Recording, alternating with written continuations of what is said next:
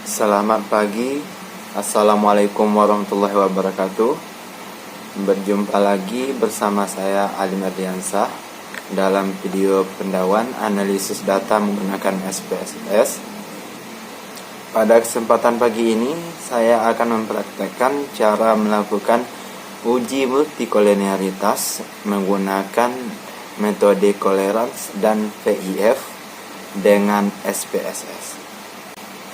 Pada bagian yang pertama ini, kita akan membahas tentang konsep dasar dalam uji multikolinearitas. Di mana poin yang pertama, uji multikolinearitas adalah bagian dari uji asumsi klasik dalam analisis regresi linear berganda. Uji asumsi klasik sendiri itu merupakan syarat yang harus terpenuhi sebelum kita melangkah lebih lanjut ke analisis regresi linear. Baik, untuk poin yang kedua, uji multikolinearitas bertujuan untuk mengetahui apakah terjadi interkorelasi atau hubungan yang kuat antar variabel independen atau variabel bebas, atau dalam penelitian sering disimpulkan dengan huruf X.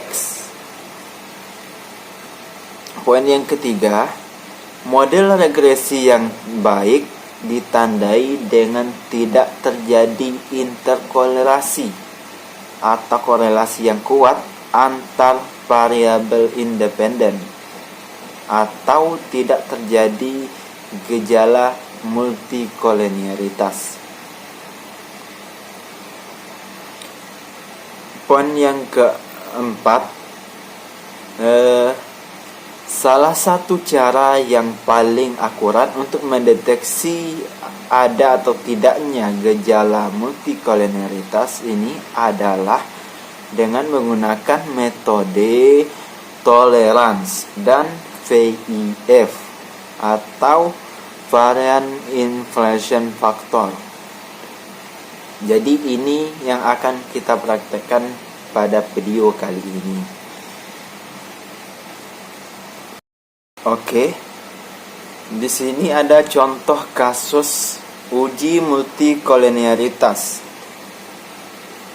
Judul penelitiannya yang akan saya bahas yaitu tentang pengaruh persepsi mengenai pentingnya OSIS dan kepercayaan atau trust pada calon ketua terhadap partisipasi dalam pemilihan ketua OSIS SMP Negeri 1 Klaten tahun pelajaran 2018.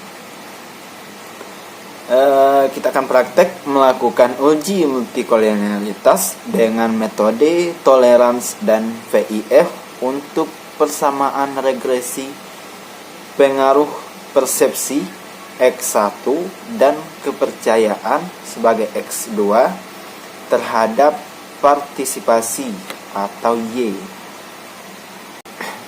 Baik, di sini saya akan menunjukkan data penelitiannya yang akan kita uji multikolinearitas yang sudah saya siapkan di Excel. Di sini ada variabel independen atau X1, X2 dan variabel Y. Baik, langsung saja kita ke proses penginputan data. Kita buka dulu program SPSS. Ini adalah tampilan awal dari program SPSS. Dalam hal ini saya menggunakan SPSS versi 21. Kemudian dari tampilan awal ini saya klik variabel view. Kemudian pada bagian name yang pertama saya tuliskan X1. Kemudian pada label saya tuliskan persepsi.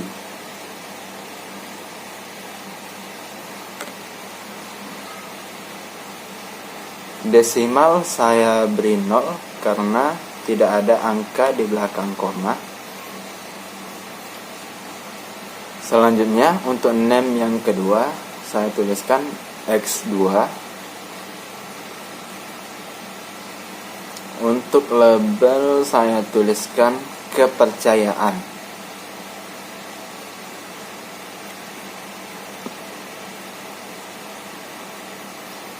Untuk desimal tetap saja 0.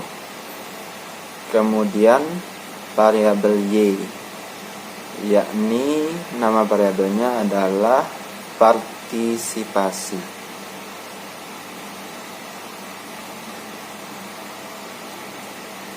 Ini adalah proses pemberian nama dari variabel penelitian. Untuk opsi yang lain biarkan tetap default. Selanjutnya saya klik data view. Baik, di sini sudah ada variabel X1, X2 dan Y. Selanjutnya saya akan memasukkan data penelitian yang sudah saya siapkan tadi ke program SPSS ini. Caranya dengan buka dulu datanya yang ada di Excel tadi.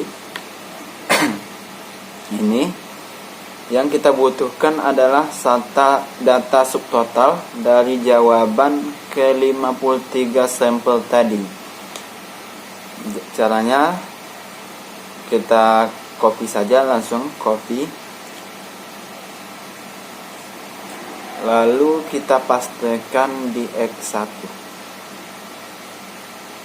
Begitu selanjutnya untuk X2 dan Y, caranya sama.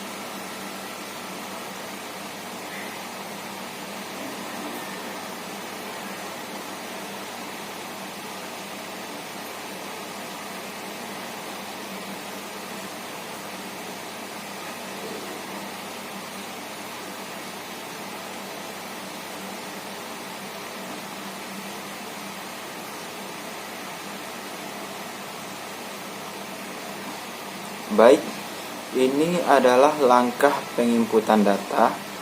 Kita cek kembali. 53 sampel sudah terinput semua di program SPSS. Selanjutnya tahap analisis data. Langsung saja kita pilih analyze. Kemudian kita pilih regression, lalu pilih linear. Oke, muncul kotak dialog. Untuk variabel partisipasi atau Y kita masukkan ke kolom dependen. Untuk persepsi kita masukkan ke kolom independen, dan kepercayaan kepada independen. Selanjutnya saya pilih option,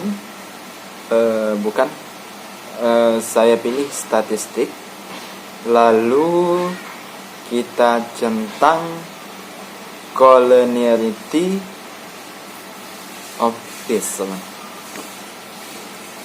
Kemudian pilih continue, lalu klik OK.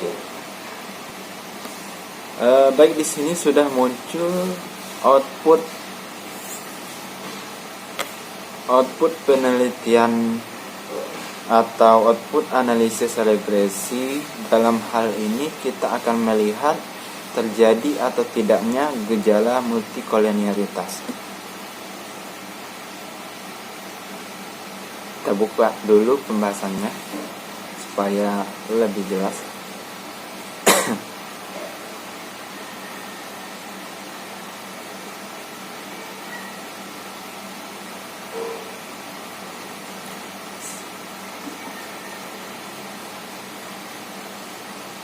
Selanjutnya kita masuk ke dasar pengambilan keputusan dari uji multikolinearitas. Ada dua cara seperti judul di awal yang telah saya sampaikan, yaitu melihat nilai toleransi. Jika nilai toleransi lebih besar dari 0,10, maka artinya tidak terjadi multikolinearitas. Kemudian dengan cara melihat nilai VIF. Jika nilai VIF lebih kecil dari 10, maka artinya tidak terjadi multikolonialitas. Baik, kita lihat dari output tadi, sudah ada nilai toleransi dan PIF. Kita cocokkan dengan dasar pengambilan keputusan dalam uji multikolonialitas. Di sini ini diperoleh nilai toleransi adalah sebesar 0,850. Artinya nilai ini lebih besar dari 0,10, ya. Baik, berdasarkan nilai toleransi, maka indikasinya adalah tidak terjadi gejala multikolonialitas. Selanjutnya dari nilai PIF diperoleh nilainya adalah sebesar 1,177. Artinya nilai ini lebih kecil dari 10, sehingga dapat dikatakan tidak terjadi masalah multikolonialitas. Jadi dengan melihat nilai toleransi dan PIF, kesimpulannya adalah model regresi pengaruh persepsi dan kepercayaan terhadap partisipasi tidak terjadi gejala multikolonialitas. Ini adalah cara melakukan uji multikolonialitas yang kita bahas pada video kali ini. Semoga bermanfaat. Mungkin hanya itu saja. Terima kasih. Assalamualaikum warahmatullahi wabarakatuh.